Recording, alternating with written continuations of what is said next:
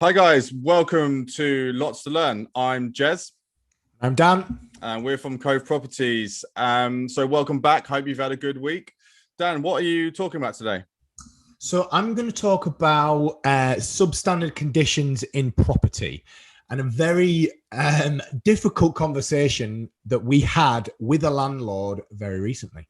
What about you?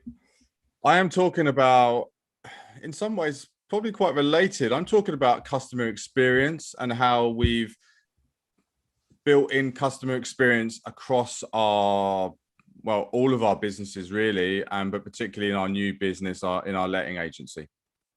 Great. Shall I start? Let's go for it. Yeah. So we had a very difficult conversation. Obviously, I'm head of sales, so we went to meet a landlord about lettings in regards to his portfolio, to basically see if we could manage some of these properties. He wasn't happy with his existing letting agent, and this was through one of our Facebook ads. So he shows us around a few of these properties, and to paint a picture, we had damp in practically all the properties. He would try and cover them up with like plastic cladding.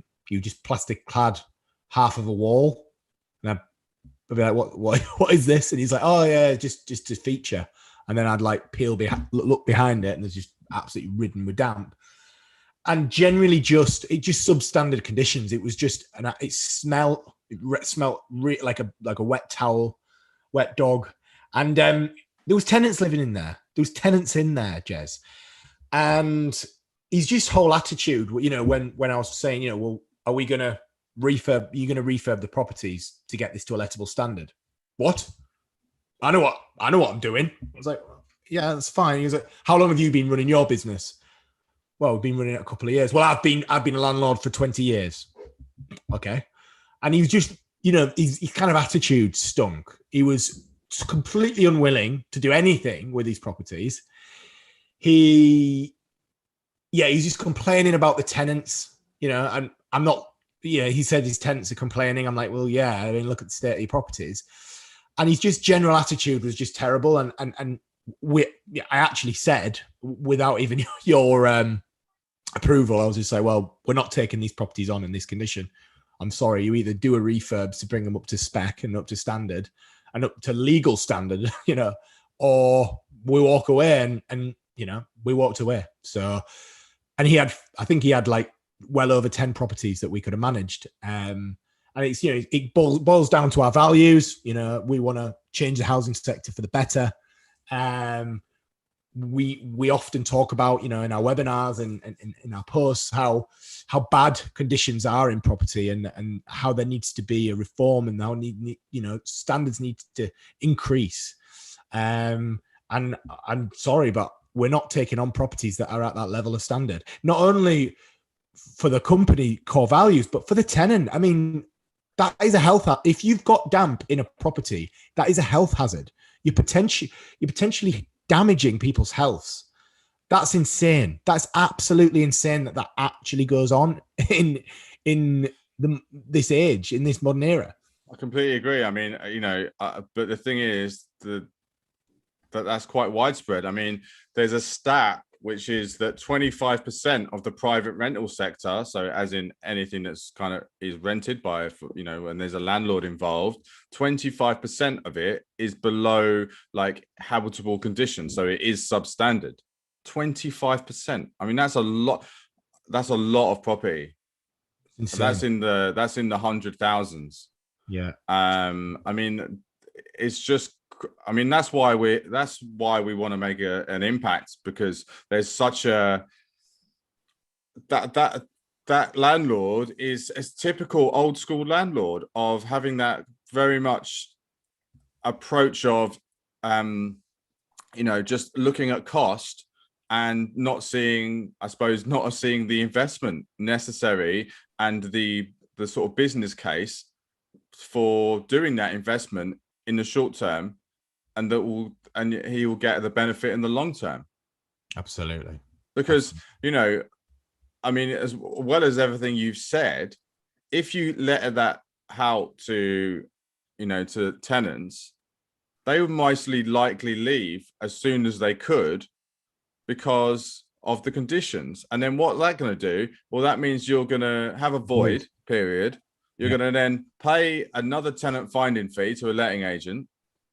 So it's all these hidden costs that he's not going to take into consideration in terms of whether it's valuable enough to do that damp work. And I think he had 6 properties vacant. Yeah, I'm not surprised. What's the point? It's just ridiculous. But that just proves your point. But that's what I mean. That's what really frustrates me, is that there isn't there's those people who don't view property as a business. Mm-hmm. You've got an asset there, and what do you do with assets? Well, you try and maintain the value of the asset by doing repairs and doing maintenance. So, Absolutely. But what he's doing, he's devaluing his asset and then undermining his returns by not doing that work in the short term. But also, where's his compassion? He's dehumanizing. Yeah, I mean, I'm just talking about the finance because that's what he's going to be thinking, but without even looking at the people side of things. Yeah, it's phenomenal. So, Jez, why do you think, I suppose, there is such a high stat for substandard properties in the UK? I think it's basically what I just said. I think that there will be a lot of people out there, mainly probably of the older generation, who view property purely as financial reward and return, and that every decision will be made on a financial basis, but it won't be on a long-term viewpoint, kind of as a bit with a business hat on. It will be, what is this making me per month? What is this going to cost me in terms of any maintenance or repairs that need doing? And that's how they will make the decision. It won't be what would be the return on investment of this refurb or repairs that I'm doing now in the future, because that's the way you got to look at it. Yeah, it's they're looking at it with a cost mindset rather than a investment mindset. They're not thinking clearly in terms of their business. The property is a business. It's not a side hustle. It's not a side hustle. It's something that, especially now with the standards that are in place and the competition, you've got to compete for good tenants. You've got to compete. Absolutely. And that in some ways, that's why I'm, actually welcome for example, the changes and the big advancements in student accommodation, for example, because what's happening in that space is that big corporates have come in creating massive, new modern halls of residence. And what that's done, that's driven out, and because it's increased the competition and therefore driven out all these substandard landlords who were just trying to get away with essentially ripping tenants off through giving them substandard conditions. As well, the worse the standard of the property, property is an investment. Usually, most of the time, you spend X, you get Y. You usually get at least twice as what you've put in back. You turn a two bed to a 3-bed. You put in a new kitchen. You generally, a couple of grand to put in a new kitchen. You generally add 5 grand to the value. You add value. Why would you not add that value to that property for all the reasons that you've just said, but also to add equity, to have that return on investment, to pull money back out, to go again? Why would you not do that? Interesting. Yeah, guys, no, I mean it's kind of staggering, isn't it? It really is, and as I say, it's their view on it is completely deluded. Yeah. Well, I mean, I can say for ourselves and for everyone in our network, all our mindsets are different. So I think that's a good start, right? And the more we spread the word, the more people will see that this is a big issue. Absolutely.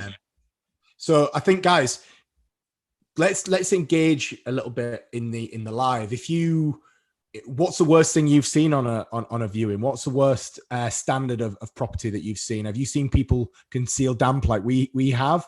Comment below. It'd be really good to, get some engagement going and hear people's stories and hear people's opinions. Do you think that there is substandard conditions in property in general?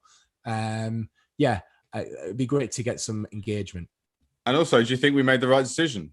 If you were in our shoes, would you have turned that landlord down with 10 properties? Yeah, great.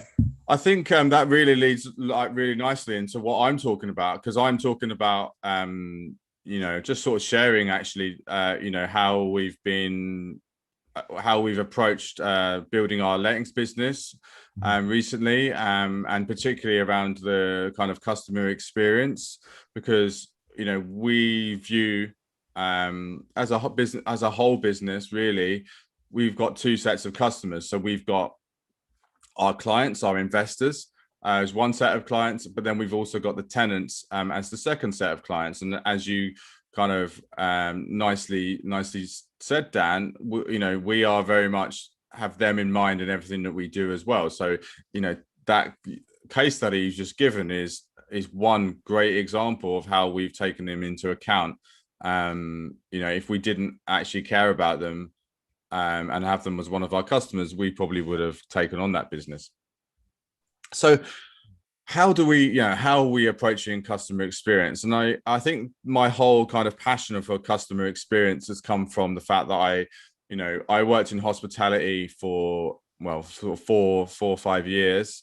I managed two businesses in that, and I also had my own catering business and pop-up cafe, and I really enjoyed that space for that time. Had some success, like won an award for one of the cafes that I ran. It got like best cafe in London, so some real sort of success there. And I think that that whole experience has really honed my passion for like creating customer-led businesses. And what I'm looking to do with KOVE and bring that kind of experience and that approach to what we do as well. The reason for doing that is because in hospitality, the customer experience is everything, and I believe that the same should be for every business. That you think about the most successful businesses in the world right now, like Amazon, for example. Jeff Bezos has said he wanted to create the most customer-centric business like that there's ever been. And I don't think it's any coincidence that they are now, up there with the biggest and most successful companies. So what is customer experience? I've just pulled off some great quotes actually. So one quote is the experience that we deliver to our customers, and it's the promise we keep to our customers. I think that's a really great one, because a lot of customer experience is about promising. And one from Danny Mayer, who is one of my kind of hospitality heroes. He's founded Shake Shack, the big chain. And he said it's all about what you make the customer feel. And you must make the customer feel that you're on their side. So what we've done in our lettings business is we've very much built the whole experience around our tenants and our investor clients. And we've had to start from a basis of understanding who they are, what their pain points are, in order to build the process. And that doesn't now end. That just because we've now built it and we've launched the business with our app is a really good example of how we've really built it around their pain points.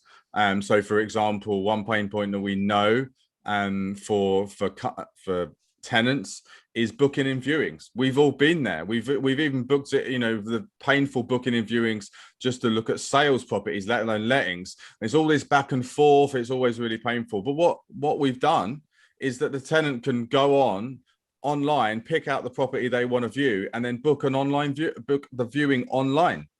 And then it will go into their calendar or go into our calendar, and then they just turn up for the viewing. It sounds revolutionary. It sounds, but all we're doing is copying, what the kind of experience that other businesses like Airbnb and Uber, that kind of slick, tech-led, automated process, which for some reason doesn't seem to exist that much in property. So that's just an example of how, something that we've done that builds it around the tenant experience. And then same for our clients, for our investors, the app, once we get for example, if we have a maintenance issue, that gets logged on by the tenant, that goes to us, and then that will get sent out directly to our maintenance teams. And then any quotes that come back, then all of that is then viewed by the client automatically. So everything is viewed from the app instantaneously. There's no chasing. If they want to look at progress of jobs and statuses of jobs, they can look at all that, because a lot of the feedback that we've had from clients is that they don't know what's going on. They're having to chase all the time. They're having to sort of do all the legwork and all the chasing. For Janice to get into the office. Yeah, no, exactly. Oh yeah, Janet. Oh yeah, yeah. Sharon's off tomorrow, so we don't know what's happening. She's back on Tuesday after the bank holiday. Meanwhile, there's water coming out the light. Yeah, exactly. Filling up the kitchen.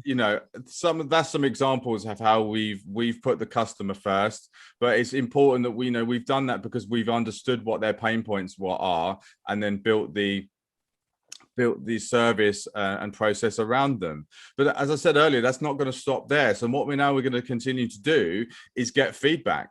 So we're now that we've launched, we're going to start getting feedback from both sets of clients now. That'll be feedback just organically as things happen, and we will continue to refine our process. But then we will also be doing surveys. We're doing surveys at critical points during the customer journey.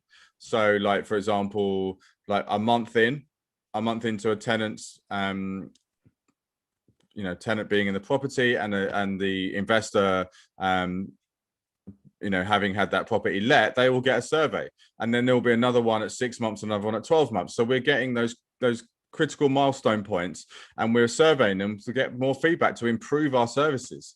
And that is kind of really important to the customer experience, isn't it? It's listening to the customer and hearing, are we making the right presumptions?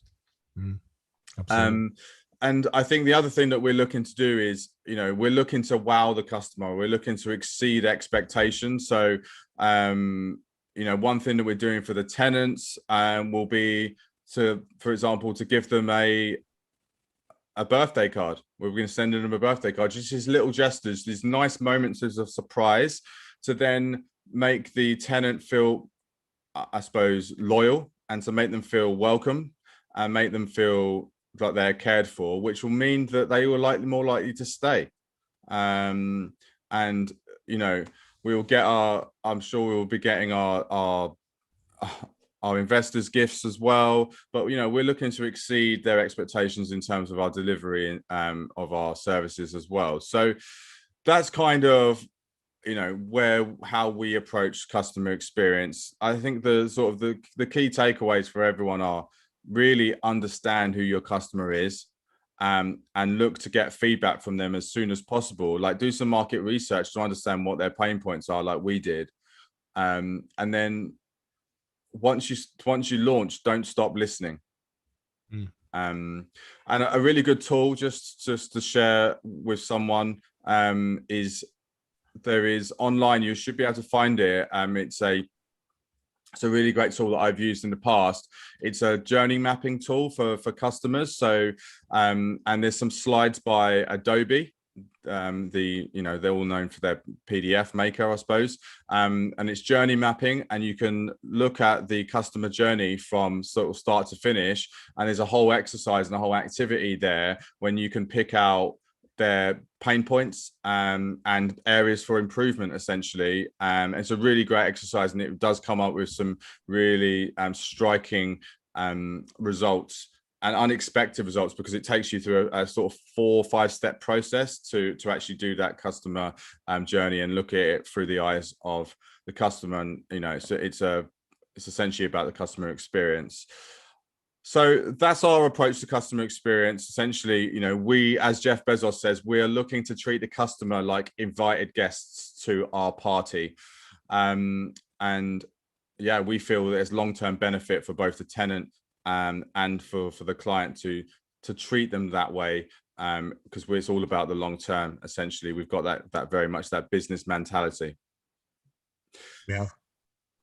So that's it for Lots to Learn for this week. So do let us know what you think about those. How do you wow your customers? What do you do to look after your tenants? Any HMO landlords out there? I know some of this stuff is popular with HMO landlords. So yeah, send us your comments, and we hope you have a good week, and we'll see you next week for more Lots to Learn. Thanks guys.